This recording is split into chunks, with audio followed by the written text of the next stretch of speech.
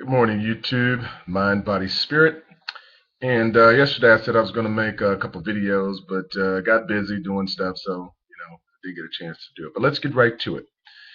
Um, these videos that I'm doing are really kind of in response to, or maybe they are videos that just to help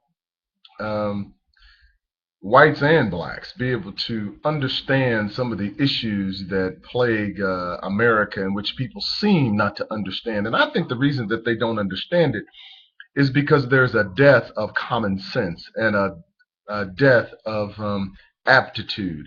There are a lot of inept people talking about this subject because they have what I'm going to talk about a little bit today is that they have interest. Now, before you understand anything about politics or anything, you have to understand the difference between interest and values. See, America is a country that does everything, or mostly everything, based upon its interests. You hear Barack Obama trying to bind interest and values together as if they are synonymous terms, and they are not. He says that we are going to do things in our interests which are consistent with our values. And if you are if you have the intelligence of a person just enough to fog up a mirror, then you think that what he's saying is something that is profound, but it's not. It's just gobbledygook, and it's meant for lesser intelligent people. You see, interest and values are diametrically opposed to one another. Let me give you an example. When you have an interest is something that is totally selfish. It has nothing to do with other people. It's kind of like when Ayn Rand, when she was talking about John Galt in the movie, not in the movie, well, they did make a movie out of it, but at the book, Atlas Shrugged. You see, when it comes to economics, if you have a private interest, like if you want to do something which is in your interest, it is totally selfish. Now, it may benefit people out in the in the public. If you make some widget or something that's going to help someone's life, yeah, it may benefit other people. But the reason that you did it is because of total self-interest, which that's fine when it comes to economics. When it comes to doing something in your own self-interest, as long as you have a true free market. Because with interest, if you have self-interest, then there must be a net mechanism by which you should be allowed to fail. This is different than a value. A value is rooted in morality. That means that when you do something, you consider others when you do it.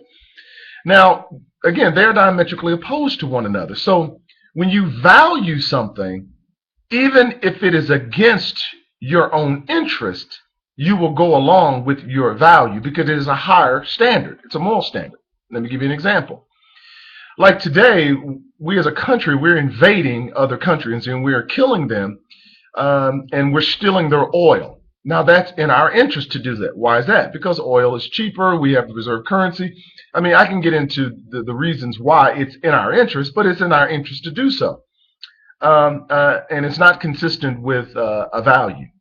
Now, let's apply value to that same situation. If we had a higher moral value, what we would do is that we would negotiate a fair market price for the oil or to refine it or do whatever, and pay them a fair price for their product, and then we would pay them accordingly. That's the difference between a value and an interest.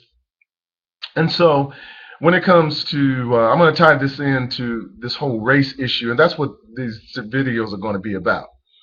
You see, when white folks talk about blacks, what white folks forget is that most of the time, I'm not talking about interpersonal things that they do relative to their neighbor and things of that nature, but even then, many times they do things which are in their best interest. A lot of times when whites look at blacks and they see all the killing and things of that nature, what they do is they try to apply a value to that. They go, blacks don't value other life. They don't value property. They don't value the rule of law. They don't value these particular things. But obviously, it's the pot calling the kettle black.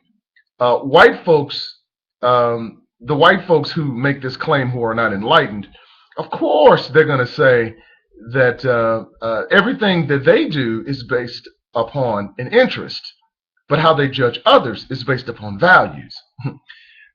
The hypocrisy. You see, when you do something in your own interest, you're doing things in a total selfish way, and that is to be expected. So in America, America is not a valued-centered country. It never has been. Now, it may have some valued-centered people, but as a collective, or as a collective consciousness, as some people say collective consciousness does not exist. I disagree with that. But as a collective consciousness, we are interest-centered, not value-centered. Now, see, that's the reason that Republicans or Democrats can always make the claim, well, the reason that I want this for my particular group is because the other group got it. See, that's an interest. It's totally selfish.